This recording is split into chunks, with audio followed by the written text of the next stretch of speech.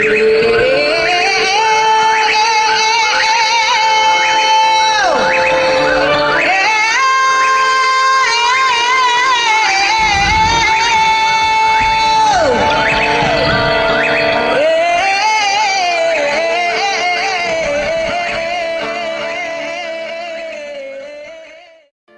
talk about the history of Zamboanga del Norte. Long before the Spanish colonizer came to the country, Zamboanga del Norte was already the peaceful paradise of the shy and timid Subanons, who live along river or suba banks in the province. They fished, hunted, and planted crops for food, and hand-wove their own clothing out of plant fibers. The first recorded Bisaya settlement came in 1563. Some 800 families from Bohol, headed by Chieftain Pagbuaya, escaped from the treacherous Ternatans and landed in Dapitan. 2 years later, a Spanish expedition led by Legazpi and Urdaneta landed in Dapitan and were received hospitably by Pagbuaya. In due time, Dapitan became a Christian stronghold in Mindanao. In 1607, some 200 natives became formal converts to Christianity. By 1631, a permanent Christian mission was established in Dapitan. Like many other places in Mindanao, after the cross came the sword. Zamboanga del Norte was occupied by the Spanish through Dapitan in the north and Secon in the south, where an old Spanish fort atop a hill beside the sea still stands today. Fort Santa Maria, a natural harbor. This was established to stop marauding pirates from proceeding farther north. The late Dr. Jose P. Rizal, the country's national hero, arrived in Dapitan in July 17, 1892, to begin his 4-year exile. He left the place on July 31, 1896. On December, only to meet his death the same year at Bagong Bayan. The arrival of Americans created the new Provincia Mora in 1903. The northern area of Zamboanga del Norte was separated from the sub-province with the municipality of Zamboanga as capital. During the World War II, the seat of Zamboanga provincial government was transferred from Zamboanga to Dipolog. 6 years later, it became evident during the period of reconstruction and rehabilitation that governing the entire 16,532 square kilometers of Zamboanga Peninsula was a gargantuar task for any administrator. And so, June 6, 1952, the huge Zamboanga province was divided into two provinces, namely Zamboanga del Norte and Zamboanga del Sur, with Dipolog and Pagadian City as the capital, respectively, by virtue of Republic Act 711, which enacted into law by the late President Elpidio Aquilino. RA 711 was authored by the late Congressman Roslier T. Lim.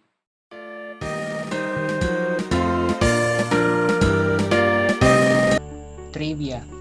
Did you know that province of Zamboanga del Norte is home of 3 different cultures?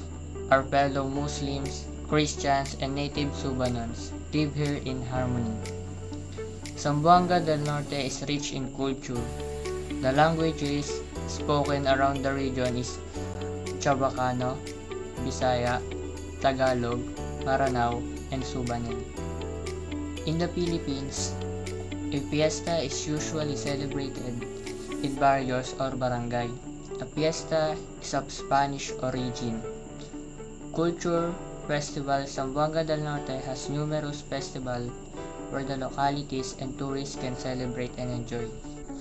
City Charter Day, celebrated in June 22. Dapitan City marks the signing of its charter on June 22, 1963 by then President Diosdado Macapagal, with activities that magnificent the city folks, taking the pride in Dapitan, the first shrine city of the country. Feast of the Holy Rosary, celebrated in October 7. It is a religious festival to celebrate the feast day of the Holy Rosary of Virgin Mary, the city's patroness. sinulog sa Dipolog Festival. The activity was organized by the Catholic Church with the strong support from the city government of Dipolog and the provincial government of Zamboanga del Norte. The feast day of Señor Santo Niño, the infant Jesus, was started with a fluvial parade from Fisherman Village to the Dipolog Airport and back to the Punta Coro. Pagsalabok Festival. Pagsalabok is a Cebuano term that means togetherness. In the festival, the city of government of Dipolog aims to showcase the myriad interplay of cultures, Muslim, Lumad, and the very. Here are some laws issued long before going to Zamboanga del Norte. First is the Republic Act No. 711, an act to create the provinces of Zamboanga del Sur and Zamboanga del Norte, which was approved on June 6, 1952. The Second Republic Act, which was Republic Act No. 3697, an act creating the municipality of Sergio Osmeña, the province of Zamboanga del Norte, which was approved on June 22, 1963. The last Republic Act, which is Republic Act 2510, an act creating the municipality of Salug, province of Zamboanga del Norte, which was approved on June 26, 1959. Let's discover and wonder the hidden beauty of Zamboanga del Norte. Zamboanga del Norte is a natural paradise that you shouldn't miss to visit. Hidden on its vast landscape are numerous eco-historical wonders that waiting for you to explore. Some of this famous attraction was the historical Rizal Shrine Park that holds the memories of our country's national hero, Dr. Jose P. Rizal, in his 4 years exile in Dapitan. And that famous Dakak Beach for its long curved shoreline with 750 meters powdery white sand, sunset scenery, and known as a diving mecca of the Mindanao. Zamboanga del Norte also boasts for its stalactite and stalagmite rock formation found in Libuton Cave in Dapitan, and the famous Linabo Peak for its 3,003-step track trail before reaching the topmost peak that ensure to give a panoramic view of the Twin City and the surrounding of Mother Nature. One of the hidden waterfalls that famous for its own natural music in Zamboanga del Norte was the Sungkilo Falls. Sungkilo Falls is being protected by Cebuanan tribes generation by generation, and this is also their way in promoting their culture to others. So, let's go and visit Zamboanga del Norte.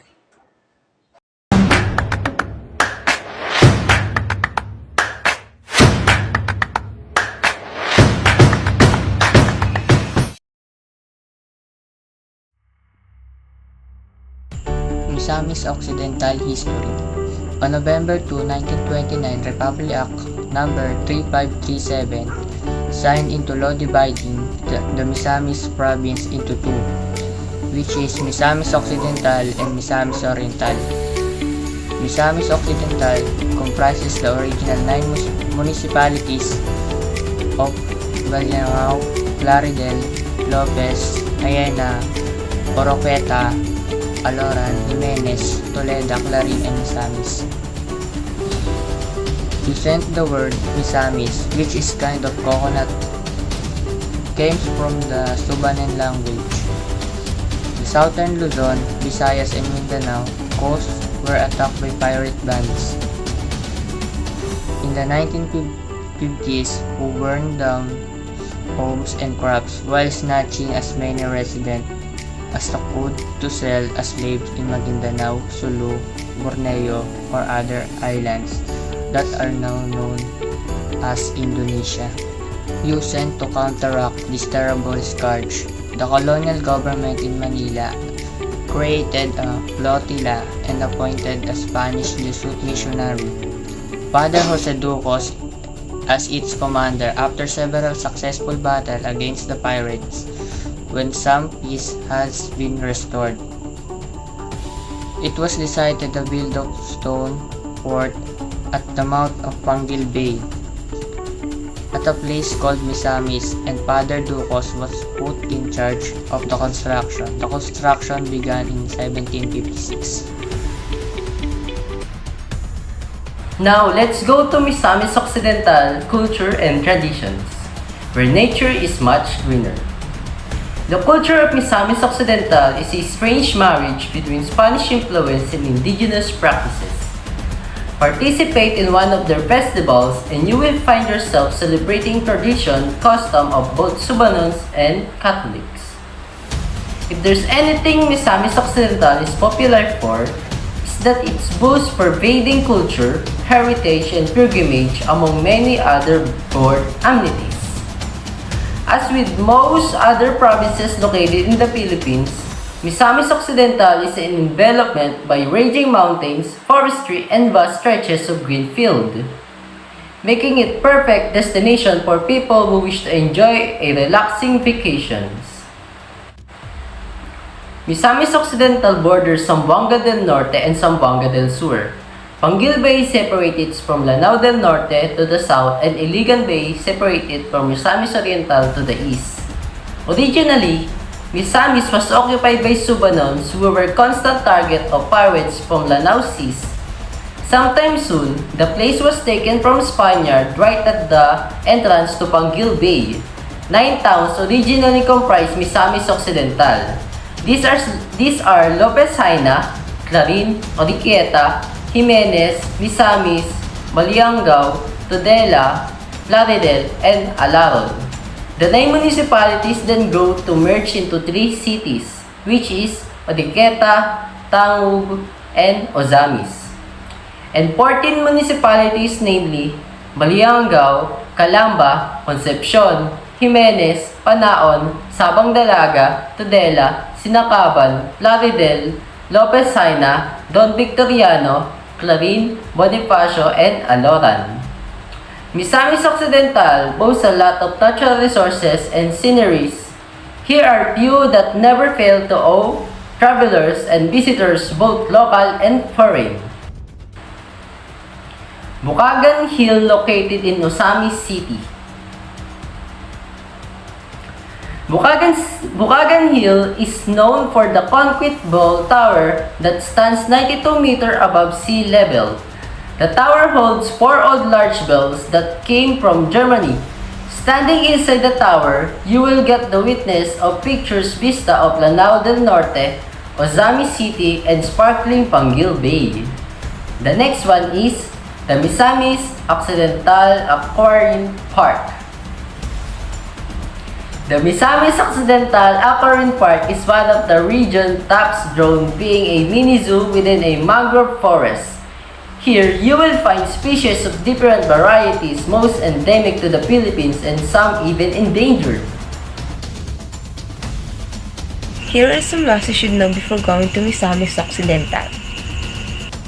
The first Public Act is Republic Number 3537, an act to create the provinces of Misamis Oriental and Misamis Occidental, which was approved on November 2, 1929.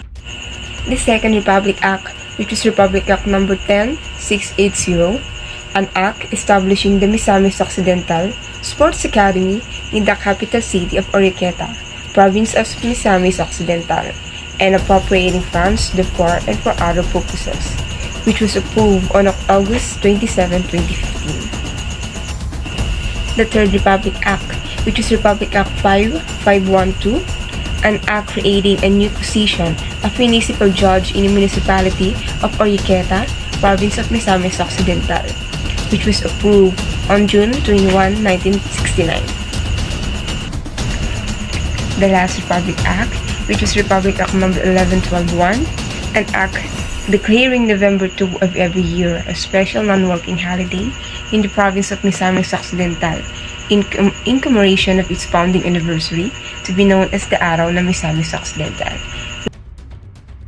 Welcome to the nature-loving province of Misamis Occidental, where off-beaten destination can be explored. Misamis Occidental boasts for its natural tourist attraction that will meet your expectation.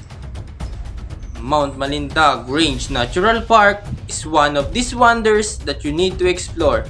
It is one of the internationally acclaimed biodiversity of the Philippines that homes plethora of flora and fauna species. The park covers over 53,000 hectares of pristine forests and hosts numerous falls and enchanting lakes. Hidden on the foot of Mount Malindag was one of the country's last ecological frontier, the Piduan Curtain Falls. It is a 60-meter curtain-like waterfalls surrounded by green foliage that gives a rustic and charming view. Lake Duminagat is one of the most historic tourist spots in Misamis Occidental. It is said to be sacred and magical for its soothing feeling that it gives. It's surrounded by lush forest that gives a nature vibe scenery for avid travelers. And the 25-meter high Givan Falls that gives a scenic and stunning view for travelers. It cascades deep in the mountain amidst by green foliage that attracts local and foreign travelers to explore the beauty of the fall. So what do you think of Misamis Occidental? Now, go and visit Misamis Occidental where greeny scenery can be found.